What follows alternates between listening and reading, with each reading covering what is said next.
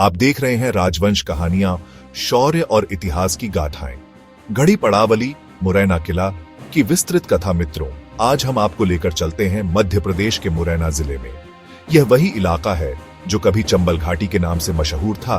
डाकुओं की कहानियां, वीरों के कारनामे और रोमांचक किस्सों से भरा हुआ। लेकिन इन घाटियों में सिर्फ डाकुओं का इतिहास ही नहीं, बल्कि ऐसे छिपे हुए रत्न भी हैं जो भारत की सांस्कृतिक धरोहर का अनमोल हिस्सा है। ऐसा ही एक रत्न है गढ़ी पड़ावली। लगभग 8वीं-10वीं शताब्दी में इस क्षेत्र पर कच्छप घाट वंश का शासन था। इन शासकों को मंदिर निर्माण का विशेष शौक था।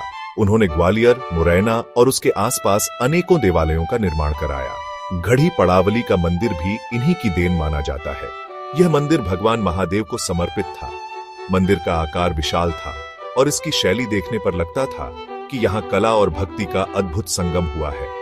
मंदिर के स्तंभों और दीवारों पर रामायण, महाभारत, श्री कृष्ण की लीलाओं और देव देवियों की मूर्तियां उकेरी गई थीं।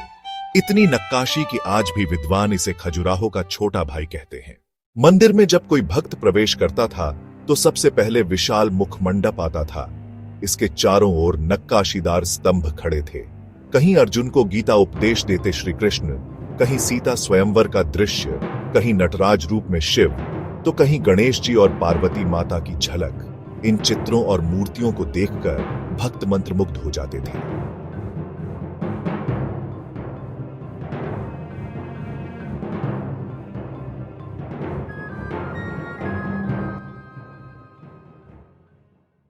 समय बीता और उत्तर भारत पर मुस्लिम शासकों का प्रभुत्व बढ़ने लगा।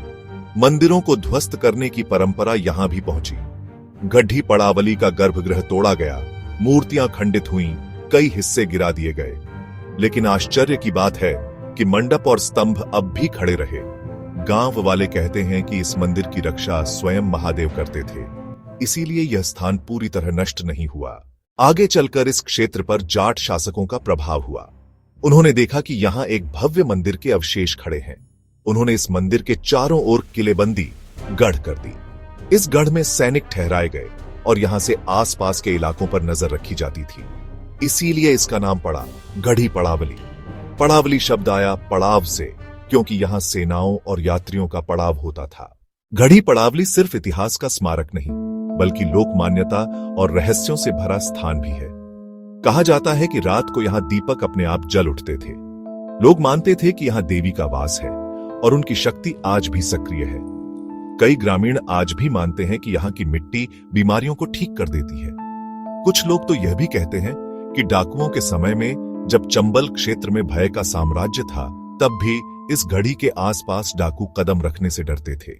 आज जब कोई पर्यटक गढ़ी पड़ावली जाता है तो उसे सबसे पहले चारों ओर किले की मजबूत दीवारें दिखाई देती हैं। अंदर जाते ही लगता है मानो समय रुक गया हो। विशाल स्तंभों पर बने महाभारत और रामायण के दृश्य, नृत्य करती अप्सराएं, गंधर्वों के चित्रण और देवताओं की जीवंत आकृतियां, इतनी बारीक नक्काशी कि लगता है पत्थर बोलने लगेंगे। कुछ विद्वान मानते हैं कि यहाँ का मंदिर केवल स्थापत्य कला का केंद्र नहीं था, बल्कि यह तंत्र साधना का स्थल भी रहा होगा। स्तंभों और दीवारों पर देवी देवताओं के साथ साथ यक्ष, यक्षिणी और विभिन्न शक्ति रूपों के चित्र दिखाई देते हैं। यह संकेत है कि यहाँ कभी तांत्रिक पूजा पद्धति भी की जाती थी। आज गढ़ी पड़ावली भारतीय पुरातत्व सर्वेक्षण ASI के संरक्षण में है। यहाँ बहुत ज्यादा भीड़ नहीं होती, लेकिन जो लोग जाते हैं वे दंग रह जाते हैं। इतना भव्य मंदिर, इतनी बारीक नक्काशी और इतना अनोखा इतिहास, पर आश्चर्य की बात है कि यह जगह अब भी दुनिया की नजरों से छिपी हुई है।